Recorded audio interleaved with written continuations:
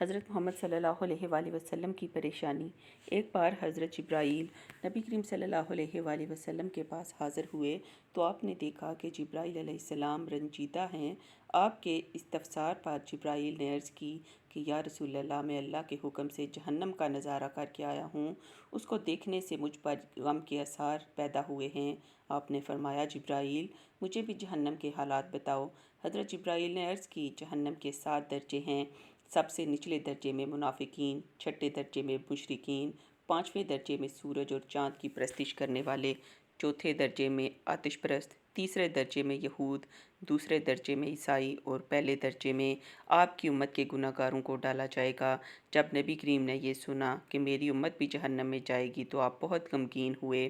3 دن تک آپ کی یہ کیفیت رہی کہ آپ مسجد میں نماز پڑھنے کے لیے تشریف لاتے اور نماز پڑھ کر واپس حجرے میں تشریف لے جاتے اور دروازہ بند کر کے اللہ کے حضور رو رو کر فریاد کرتے۔ صحابہ حیران تھے کہ نبی کریم صلی اللہ علیہ وآلہ وسلم پہ یہ کیسی کیفیت طاری ہے کہ 3 دن سے گھر میں تشریف نہیں لے جا رہے۔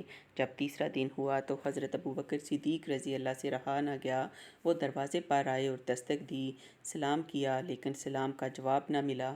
ان کے بعد حضرت عمر رضی اللہ دروازے پر گئے اور 3 مرتبہ سلام کیا، لیکن ان کو بھی جواب نہ ملا۔ ان کے بعد حضرت سلیمان فارسی رضی اللہ بھی گئے، مگر ان کو بھی جواب نہ ملا۔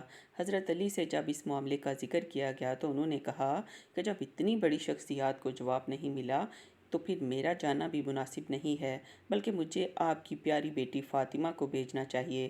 لہٰذا حضرت علی رضی اللہ نے حضرت فاطمہ رضی اللہ کو سب احوال بتایا۔ آپ حجرے کے دروازے پر تشریف لائیں اور سلام کیا۔ بیٹی کی آواز سن کر محبوب کائنات نے دروازہ کھولا اور سلام کا جواب دیا۔ حضرت فاطمہ کے استفسار پر آپ نے فرمایا کہ جبرائیل نے مجھے آگاہ کیا ہے کہ میری امت بھی جہنم میں جائے گی۔ مجھے اپنی امت کے گناہ گاروں کا غم کھا رہا ہے۔ پھر آپ سجدے میں چلے گئے اور رونا شروع کر دیا کہ یا اللہ، میری امت کے گناہ گاروں پر رحم فرما کر ان کو جہنم سے آزاد کر دے۔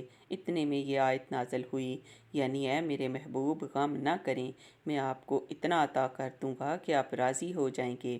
آپ صلی اللہ علیہ وآلہ وسلم خوشی سے کھل اٹھے اور فرمایا، لوگو، اللہ نے مجھ سے وعدہ کر لیا ہے کہ وہ روز قیامت مجھے میری امت کے معاملے میں خوب راضی کریں گے، اور میں نے اس وقت تک راضی نہیں ہونا جب تک میرا آخری امتی بھی جنت میں نہ چلا جائے۔